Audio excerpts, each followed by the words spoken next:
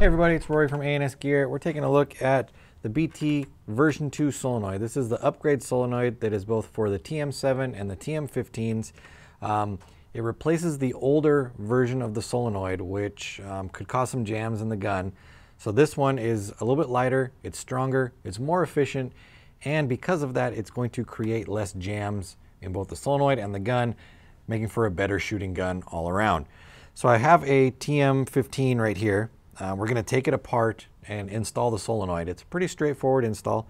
Probably the hardest part though is just getting it to the point where I've got it right now so that you can just open it up and disassemble it.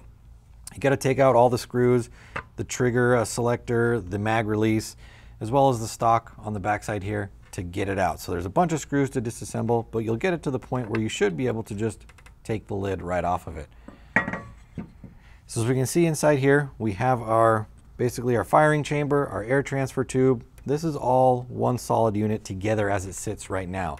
Now you could disassemble all of this, but you do not need to. You can leave it as it is and just pull it out.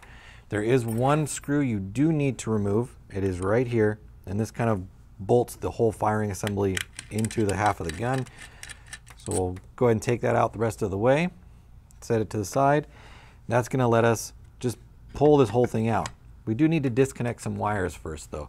There's a wire that runs right along the front here. This runs from the battery to the board. There's also the solenoid wire. We'll disconnect this one in just a second. First thing we're gonna do is disconnect the battery plug version or side. That'll let us lift the whole unit out and we can set our base to the side. You can see that it's one complete unit as it sits right here. Now the other wire runs up from the other side of the main board, up around the side of the gun, and then up to where the solenoid is going to connect. So we're going to disassemble it, or disconnect it, right there.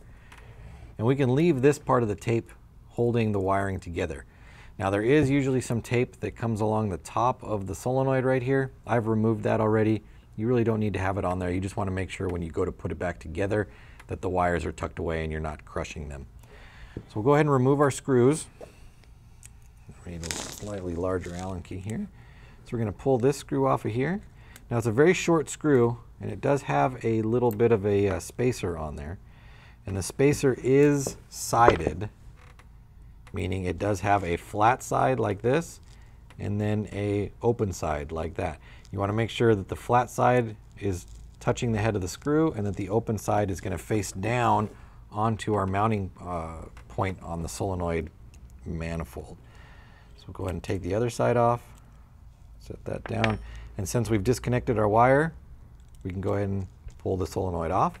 One thing you do need to look for when you pull your solenoid off is to make sure that the O-rings that sit in the body, there are 3 of them right here, are still there and they're not stuck to the underside of your solenoid, because if we don't have the O-rings there, we'll have a leaky system and run into some problems. So we'll take our new version 2 solenoid, mount it on there. So go ahead and push it into place, set it there. Perfect. Now we're going to take our screws and we're going to start threading them down in.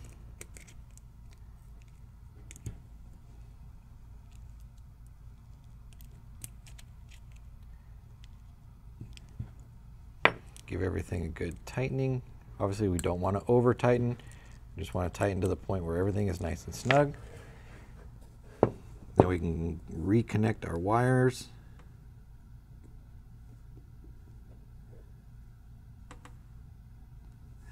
And then tuck it down in there. And you could run another piece of tape over the top of there if you wanted to. Bring our base back.